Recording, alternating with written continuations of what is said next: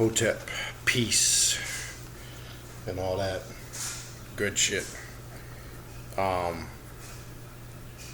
What I want to kind of go, before I get into the topic that I want to get into today, just a couple quick announcements.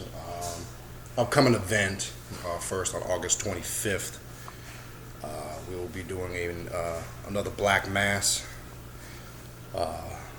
followed with a short ritual after that Mass. That'll be on Friday, August 25th at 7:30 p.m. at Cultural Expressions.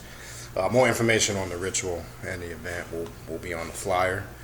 If you're interested in attending that event, you can shoot me an email at khnum19@gmail.com. That is Friday, August 25th. We will be performing another Black Mass, the central rite of the Eternal Order of Chaos and Darkness. So that'll be on the 25th of August. Also, if you are interested in a spiritual consultation, what I like to do is address it in the beginning and give a brief reminder at the end, so it saves time of having to contact me about what a consultation is and how does it work. Real simple. A consultation lasts up to 1 hour. I charge $50 to do that consultation. It can be done, if you can't get to me personally, face to face, it can be done on any social media platform. I prefer Google Hangouts and Skype as a secondary. And it can be paid for via PayPal or Square, the Square app. I do request you at least give me 24 to 48 hour notice, preferably 48-hour notice, and then I kind of just go in order and in sequence on that route. That's basically how it works. Now, what takes place in the consultation is entirely up to you. I just want to make it crystal clear. I guarantee you the consultation will be beneficial to you, because what the consultation is based on, you dictate what you want to work with in that consultation. If you want to focus on a particular area in your life, if you want to focus on, if you're new on the path and just getting started and you want to know how to set up altars or how to get started on the path, that can be focused on. Even if you're an advanced person on this path, we can work on something advanced. Now, in that consultation, whatever energies I pick up from you as far as archetypes, ancestral spirits, I communicate that with you. But here's the kicker. Unlike other spiritual systems, I give you the information, tell you certain things, or recommend to you certain things that you need to do, and you gather the things you need, and you do the work yourself.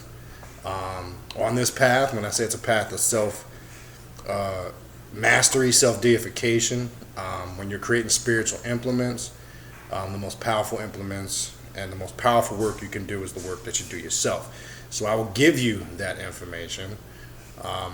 Unlike, unfortunately, not all, you have a lot of people that offer many different spiritual consultations, but it turns out to being a hustle. It leads from one thing to another, and it becomes very financially draining. That's not what this process is about. It's a process to simply assist you with information that's going to be beneficial for you, as long as you put that information into practice. That's how the shit works. Now, bottom line is this: it's my job just to convey the information. What you do with it is your business. That's not really my concern after that point. But that's how a consultation works. So if you're interested in that, you can contact me again at the same email to set up a appointment for one at khnum19@gmail.com. All right, so what I kind of wanted to get into in this particular video post is APEP, the Serpent of Darkness. We talk a lot about the left-hand path. We talk a lot about Set. And obviously Set being the central key archetype on this path.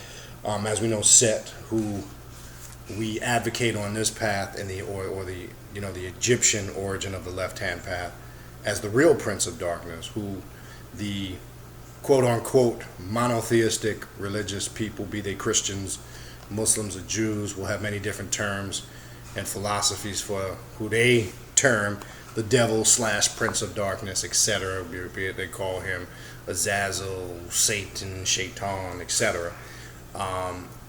They've actually, added a lot to that character in a negative light, and created this good versus evil false illusion that you see in a lot of monotheistic practices and theories and belief systems.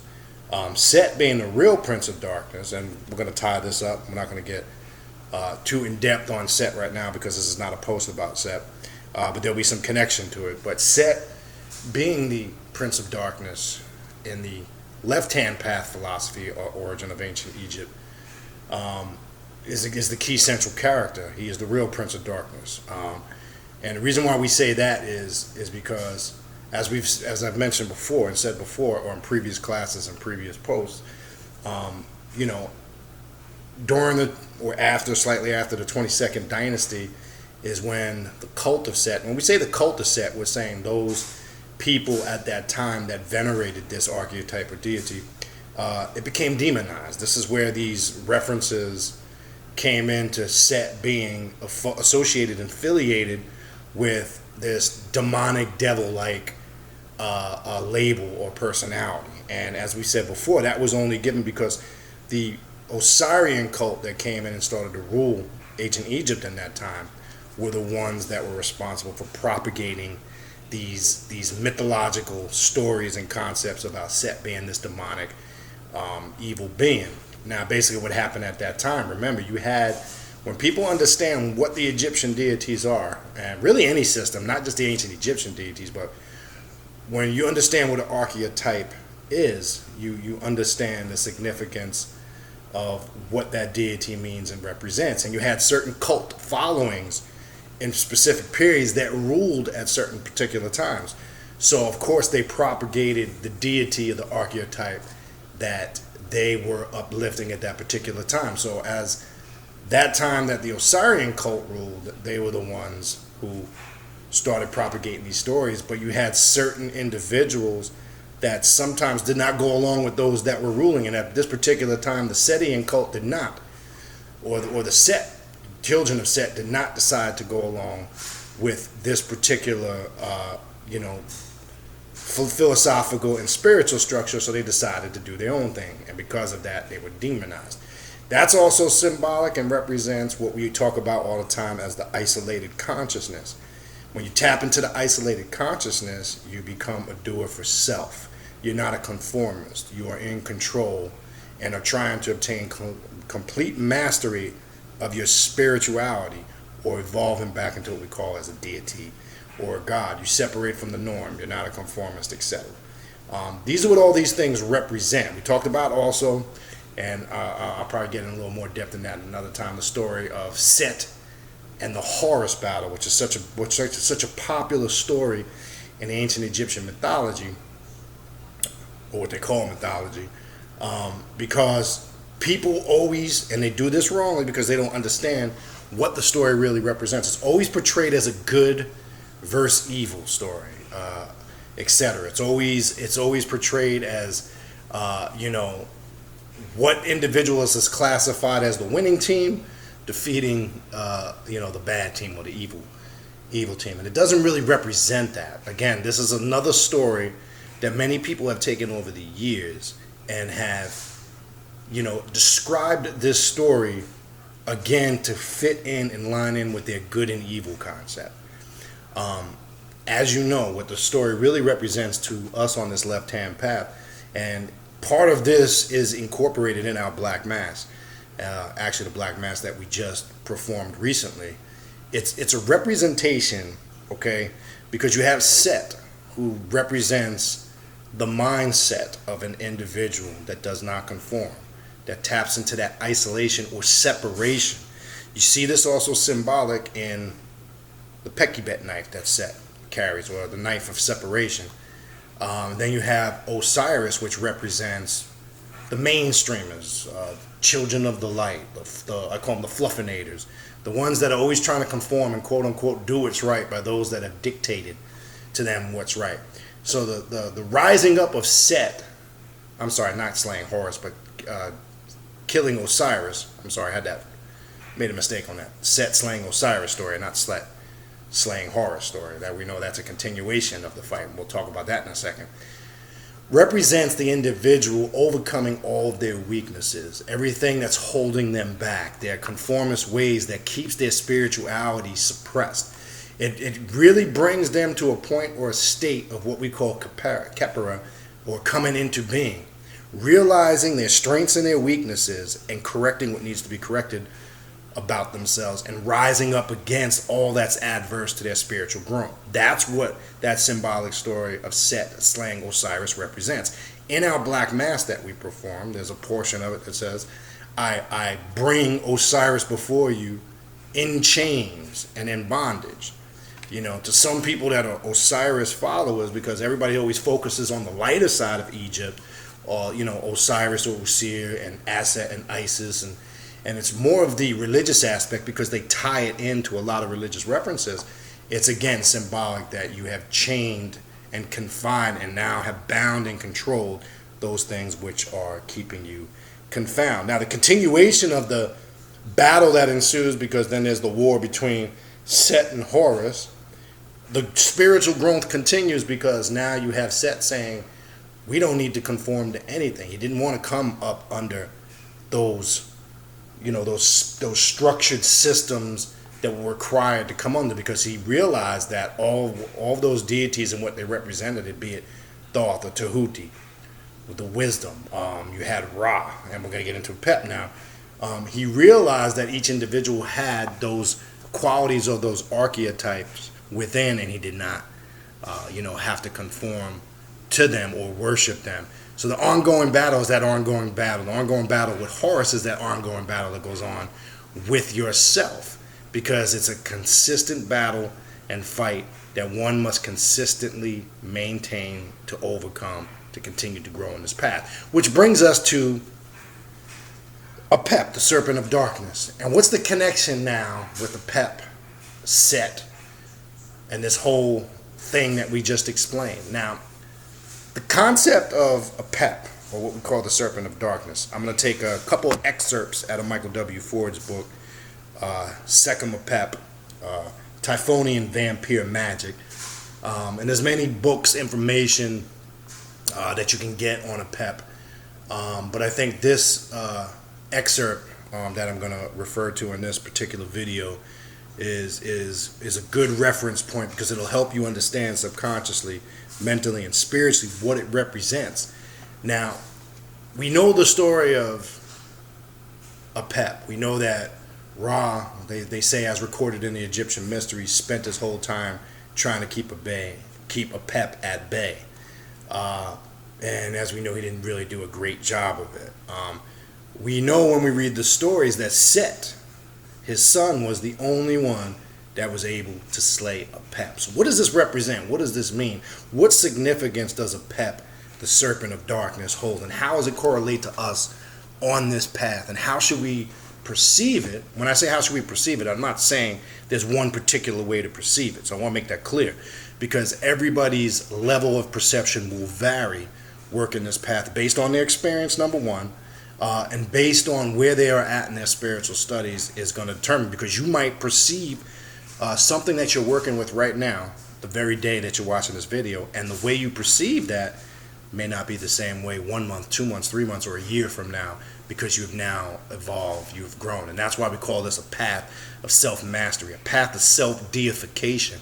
Now, when you hear the word deification, which ties into the word deity, get locked out of your mind the definition of deity in the sense of what monotheism or religion describes as a deity or a god, some fictitious spooky being that resides in the sky that controls everything you do in life. That's not the real definition of a deity. The real definition of a deity or a god is an individual that has raised themselves up to a certain mental state, that's elevated themselves mentally, spiritually, and to an extent physically, because there's a physical connection to this on a whole different level. That's why I've said before, when you're studying the deities and the archetypes, they were titles. There were many different people that took on the title. There were many different incarnations of Osiris or Set, or when you read the triads and the cults of Ra. And this is why they set up gnomes and set up triads and set up priesthoods after them, And most high priests took on that in their name. When you see a lot of these high priests and some of these dynasties carried these names because they were now raised up to carry that title, because they raised themselves up to that level of knowledge or wisdom. So we get caught up and get trapped in with this concept that there was one, even in the Ifa tradition, you can even go there, that there was one particular Shango or Obatalan. I've been talking about this a lot recently because I think this is where people get stuck in the worship part of this path. They get confused because they're still looking at it as one central figure to worship, and that's not really the case. Okay, that's not how it works, and that's why even in the Ifa tradition, you have many different paths of what they call the Orishi. There's not one path. So you have several paths of Obatala, Shango, etc. And the question is why? Because they represent many different things. Okay, that's important to understand. So let's go into this excerpt. APEP, some will call him Apoph. You'll also hear the term Apophis or Apophis, which is Greek. The eternal enemy of Ra, and we're going to talk about this because this is interesting, is a primal reptile manifestation of Set. So here's your connection. APEP was supposed to have emerged from the waters of Nun, or what they call the chaotic waters. What's the chaotic waters? The chaotic waters is symbolic of creation in the womb of the female. What is the chaotic waters? When a man ejaculates inside of a female, you have all of those sperm racing for the egg, for the ovum, and only one of those sperm survive to create what we call life in the womb of the female, the chaotic waters of Nun. Now, why they call it the chaotic waters of Nun? Because there's that chaotic race into the ovum or the womb of the female. Only one makes it. So this is why you'll see a lot of depictions in ancient Egypt of the phallus. You see a picture or a creation picture of Ra, or men with an erect penis, and there's an aspect of Ra called Minra, and you'll see drawings with the penis erected and life forms being ejaculated from the penis. This is all symbolic because all has its origin in the chaotic waters of Nun. Now remember, when we say the Egyptian stories or the Egyptian mysteries, some call it, the Egyptian teachings, and even in Freemasonry, everything is an allegory and symbols. And anybody that is part of the craft, be it Masonry, esoterical orders, OTO, etc., know how to decipher these stories and what they symbolically mean. Because here's the problem we have in studying and researching a lot of these stories. Some take it literal, some take it metaphorical, and it's really a combination of both. In between is knowing how to decipher. And you only know how to decipher when you have a certain level of intelligence, or if you raise yourself up to a certain level of knowledge and wisdom. Okay? But let's continue. So, APEP was supposed to have emerged from the waters of Nun, the abyss, and was considered greater than almost any god. And this is why Ra spent most of his time trying to slay APEP. APEP or Apophis was a demon serpent who was not of Ma'at, meaning balancement and all that fluffy shit. That is divine order, thus strove to bring storms and chaos into its midst, just as Set. In ancient Egypt, APEP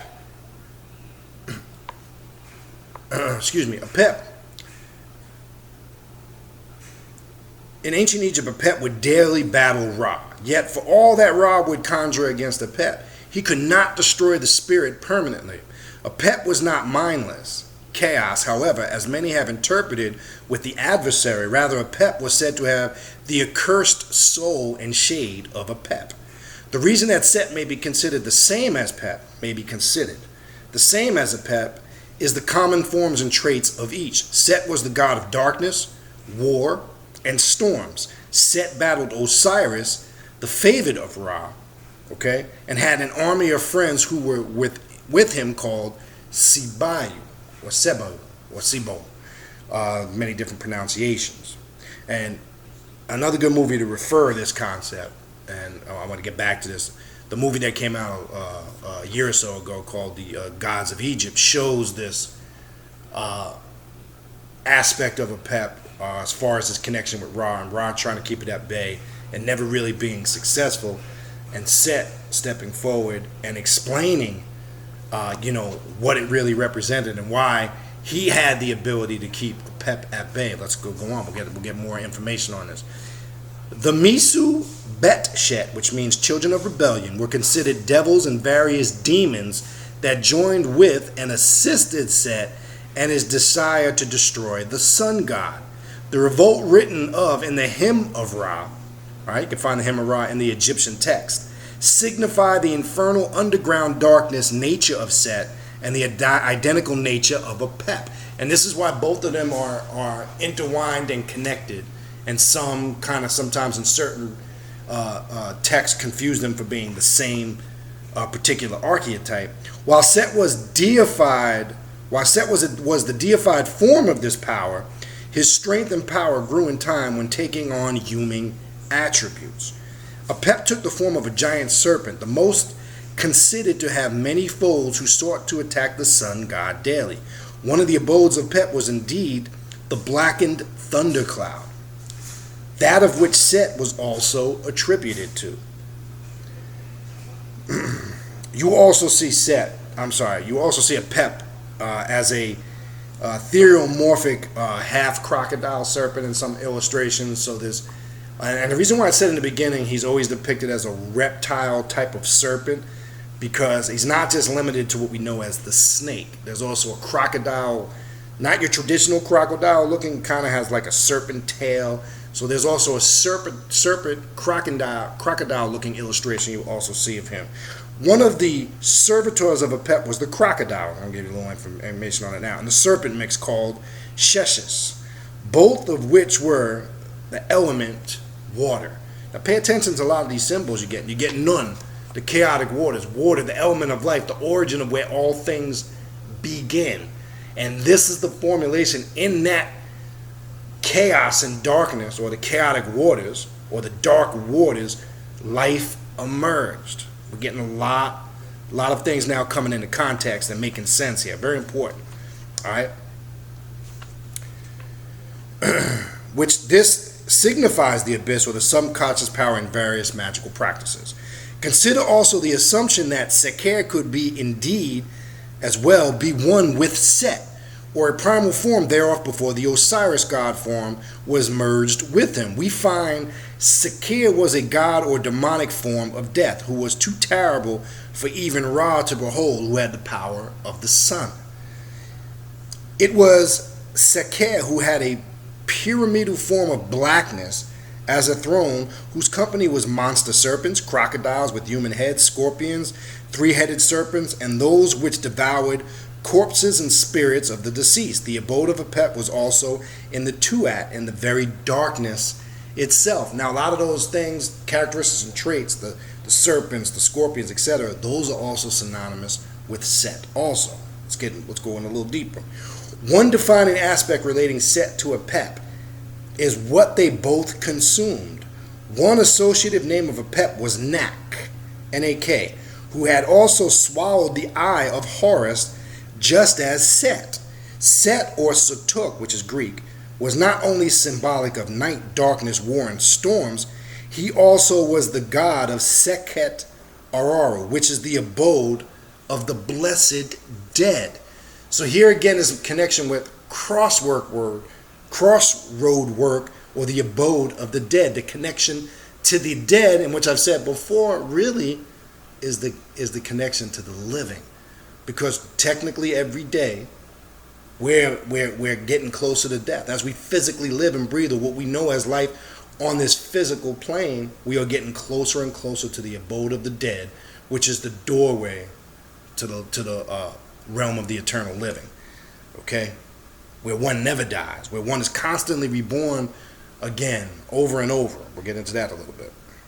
All right. Then it says, just as Set battled Horus, threw filth in his eye and then disgorged it, here we find that Set APEP, which is another attribute of Set, are indeed of the same spirit. While one is more advanced in his roles, their hunger and nature are apparent. Set also appeared in the Book of Coming Forth by Day in Plate 22, in which Ra is depicted as a cat holding a knife. Set appears as the python encircling Ra. And you can find that again in the Coming Forth by Day, or who some call the Book of the Dead, on plate 22. As the color of red was sacred to Set, red was also the color used to describe the accursed name of Apep in the Theban recession papyri. Now, as we said before, red and black are the two key colors in the occult, or the left-hand path, because red represents passion, strength, and energy. Black represents that supreme state of existence or deity, okay? And has many more symbolicism. So black and red are the key colors in the occult.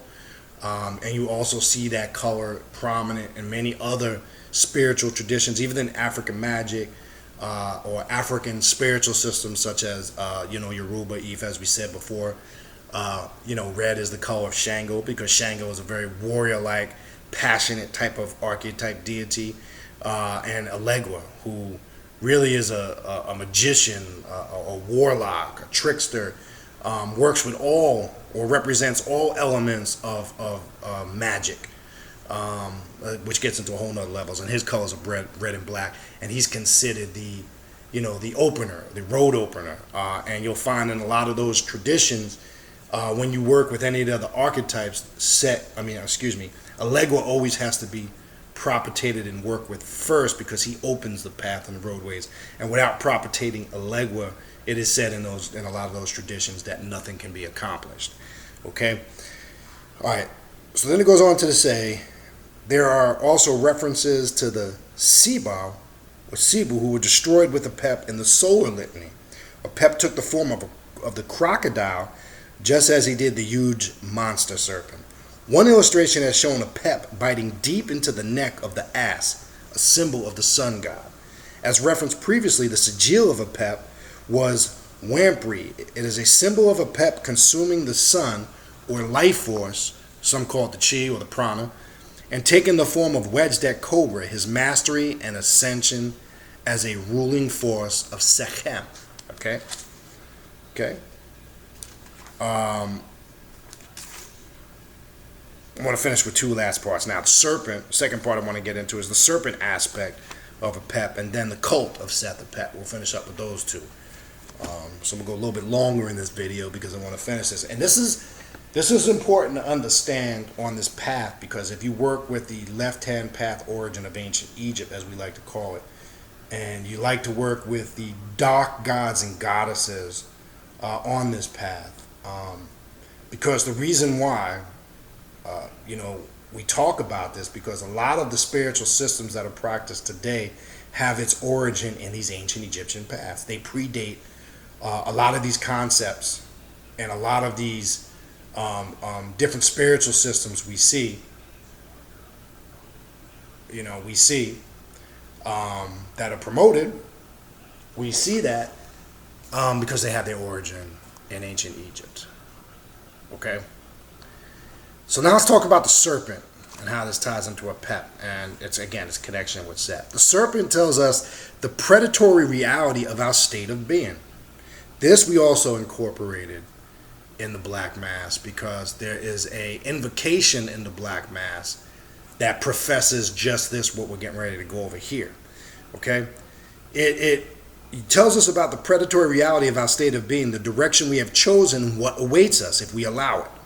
The serpent never tells us misleading information. It appears as gut instinct or the feeling we had about something we were about to do. The serpent also inspires us to seek knowledge through the experience of life. Okay? Now, the word serpent is a Greek word. Now, here's the trick. Serpent is an attribute that describes what we term a snake. It means something that's crafty, beguiling, shrewd, smart, very slick, very knowledgeable, very aware. This is every attribute one needs, or the predatory nature, as I say, gut instinct or feeling. This is what gives you that gut instinct or feeling, acquiring those attributes. This is what the serpent aspect of Apep represents. Very important. Okay? The path the serpent offers us is almost never easy. It requires determination, visualizing our realistic goal, and the blind fury to achieve it. There are times we wish to give up, to find or settle for something more instantly gratifying. Those who are aware of those moments understand it is our way of knowing we must rise further to the challenge. As the serpent must strike the prey without remorse, so must we ascend through will alone. The predator is who we are deep within our innermost selves. It is the core foundation of survival. And if you don't believe that shit, put yourself in a rough situation where your back is against the wall. Your predatory nature will come out. I don't give a shit how fluffy you are, how spiritual, peace, and loving and thinking. If you are threatened or attacked, it's not the peace and loving side that's going to save you. It's the aggressive, predatory, warrior nature that's going to protect and save you. And let me give you a nature. If you are an individual that has kids, you can only relate to this if you have children. If somebody were to threaten and attack your children, you would go into this serpent type of mode. You would attack. If you were starving to death, you would do whatever it took to feed yourself and your family, etc. I think you get the point. This is something that is naturally dormant within us. We like to suppress it with fluffy shit. So we engulf ourselves in religion, and I'm a Buddhist now, and I'm this sanctified, saved Christian, and everything is love, and turn your other cheek to the enemy, and we all should love and hug each other. That's a bunch of bullshit, and I'm going to tell you why. If you get along with everybody, and you peace and love, and you fooled yourself under the illusion where you're blessing and loving everybody, well, guess what? You're a weak individual, and you can easily be manipulated and taken advantage of. On the other hand, if you're a complete douchebag or a dickhead, and you spend all your time and energy cursing people and putting spells on people, then you're not an individual that has any likable qualities. There should be a fine line in between. You should have some adversaries. It means you're doing something right. You should have some enemies. It means you're doing something right. If you don't, you're weak. And vice versa. If you're constantly, all you're doing is battling, fighting enemies, same thing, then you're doing something wrong. Okay? So this is what it's describing, that predatory, that this would naturally lies dormant within us. It's a fact. Okay? And some don't come to the realization of it until something happens that takes it to bring it out in them to come to the realization of it. All right? All right.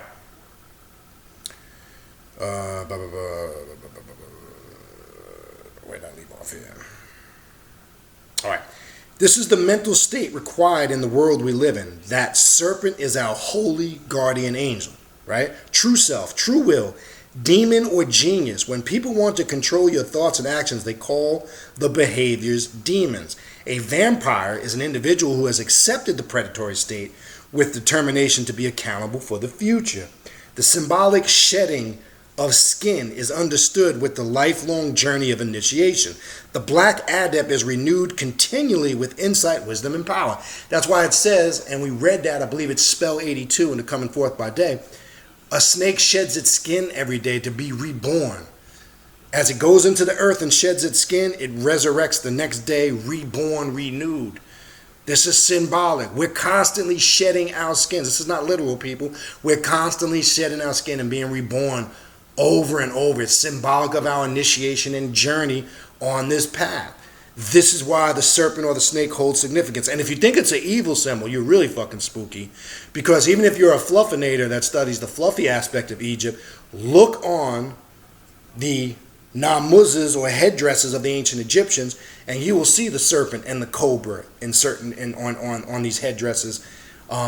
And even in that aspect of Egypt, they upheld the cobra or the snake or the serpent as a significant spiritual meaning. So let's get out of this concept that this is all demonic. Not demonic in the sense of what a real demon means, because we know demon means highly intelligent, or as I mentioned here, genius type of being. It was only monotheism later that made that term fucked up. It only became in monotheism when you heard the word demon. It got synonymous with their term as devils and possession and all this other stupid shit. Okay? Then it goes on to say, and we'll finish with this part. Then it goes on to say, this is what many vampires call the dragon or the serpent. It is our potential. Hold on, I'm finishing something, buddy. It is our potential as independent beings, those who are able to perceive their possibility and make it manifest, within an acceptable range of our desire. This potential as the demon or the holy guardian angel is always evolving. It does not have the personality of our conscious self. This demon as the serpent is instinctual, predatory excellence. The shedding of skin is the growing and transforming of self. Okay, so that's what that's symbolic of. It's just symbolic. It's not literal. Okay. Okay, then the last two paragraphs here before we finish this up. The term serpent or dragon has long held power in symbolism of the earliest recordings of humanity. The ancient Egyptians recognized the serpent as both deity and a symbol of divine will and power, yet equally, so the great serpent was a form of APEP and Set, and that's where you get the connection or the similarities between the two. When you research and study them, you will see the attributes, the symbols, the things that are associated with them are so similar that sometimes both of these archetypes get confused with being the same thing. I'll be done in a couple of minutes. I'm almost done. It's my wife and my son right there. Would you like to say hello? Hi. You know, just come over here and say hello. Okay. Anyway, all right. The ancient Egyptians recognized the serpent as, all right, say hello. Hi. Hi. All right, let me finish this up. Nobody's dead. All right, so I'm getting to this last paragraph, and then we're going to finish up with the cult of Seth and APEP. All right? All right, so this is why, as we said before, they get synonymous with the same thing, okay? The ancient Akkadians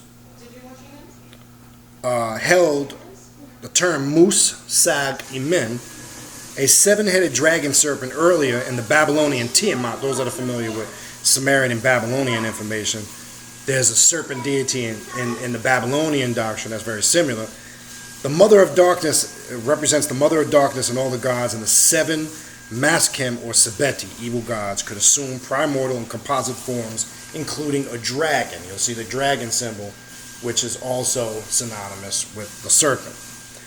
Ahriman, the ancient Persian adversary, is another culture tying it in. The father of darkness held numerous primordial forms, of which one is a dragon and serpent. According to Zervanite mythology, Zervan endless time drove his firstborn, clawing his way from the womb. This is very symbolic to the Set story, how Set was pulled from the womb of his mother. Very similar. It's not a coincidence, okay?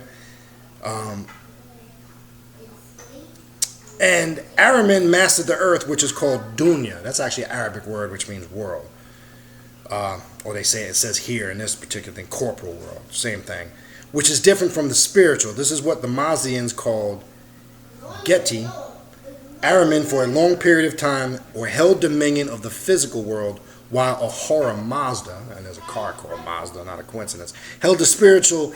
Ahriman, as the primal dragon and serpent, is the prince of this world, as a symbol of primal instinct and will. All right, and then the last section I want to finish up with and wrap this up. And next time I'm going to get into some of the vampire gods, I think. But I want to finish up with the cult of Set or Seth APEP. The aims of working in darkness. What does this all mean? Sum it up. APEP is a most misunderstood force in Luciferianism and the view of ancient mythology. We understand Set and or Suti as being the original rebel, the cosmic adversary who stood against the mainstream hierarchy. The primal motivation for this is symbolized in the subconscious as APEP, the force of primal hunger and continual ascension of power. APEP was a devil in Egyptian lore who could assume numerous forms. He was a continual shapeshifter. Now, what is a shapeshifter? What does it mean? What does it represent? Meaning somebody that can adapt and adjust to any situation. All right, you got a lot of people have other definitions of shapeshifters when it comes to extraterrestrials and all that shit. But this is talking about somebody that is able to adjust and adapt to any situation. Was a shapeshifter whose primary form was a gigantic serpent. APEP, like Set, had a legion of friends called the Misu Bet Shet, which means the children of rebellion. We talked about that earlier. APEP represents the Egyptian mythology, the essence of darkness, and who is symbolized as the blackest, most abysmic part of the night. During the daylight hours, APEP was said to lay in wait in the eastern sky, attempting to devour the sun. His hunger for the sun is the balancing aspect of nature. Here's the reason why that battle you constantly read about in those Egyptian texts about the battle between APEP and Ra. He was said to devour the sun. His hunger for the sun is the balancing aspect of nature, the eclipse being a continual desire for gaining power in life. APEP is the primal survival instinct in the Luciferian, that which dwells in the abyss of our subconscious. Okay? Then it goes on to say, Set, who conquers APEP, is the higher intellect which controls the primal desire and not only allows it to be expressed, but also to keep it in a sense of balance. All right? So that explains what that symbolic story in the Egyptian text of the constant battle between APEP and Ra, and it represents the wanting to devour that sun, the balancing and the nature of the spirituality in the individual. Okay? Then it goes on to finish up with, like in the Babylonian, Tiamat found power in the darkness, for they alone were strong enough to master it. Set is the one who sought to devour the crescent moon, while APEP was sought to devour the sun. While Set holds adversarial dominion, the primal aspect of rebellion was taken over in the new kingdom by APEP. And then the final paragraph. The role of both Set and APEP in Egyptian cosmology is essential to the balance. I prefer to use the word harmony because Ma'at talks about balance, but when you're balanced, you're at a standstill. You're not moving. Things aren't progressing. So it's more in reference to harmony. The Coptic is the equivalent giant in the Coptic biblical text, which is translated from the chief companion of APEP, was Shishes, that word we talked about earlier. That's where the origin of that word comes from. So you even see this concept filtered down into religious and biblical text. It's there. You just got to really do the research and find it. Who took the form of a crocodile with a giant serpent, which was the end of his body. All right?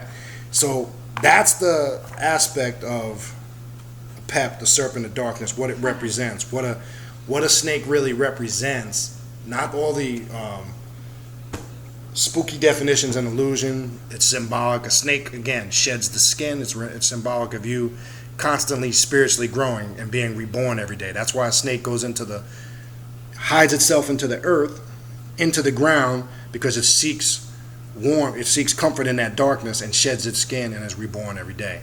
This is also symbolic of the APEP concept. So that's the connection in quick summarization of Set, APEP, you hear these different terms.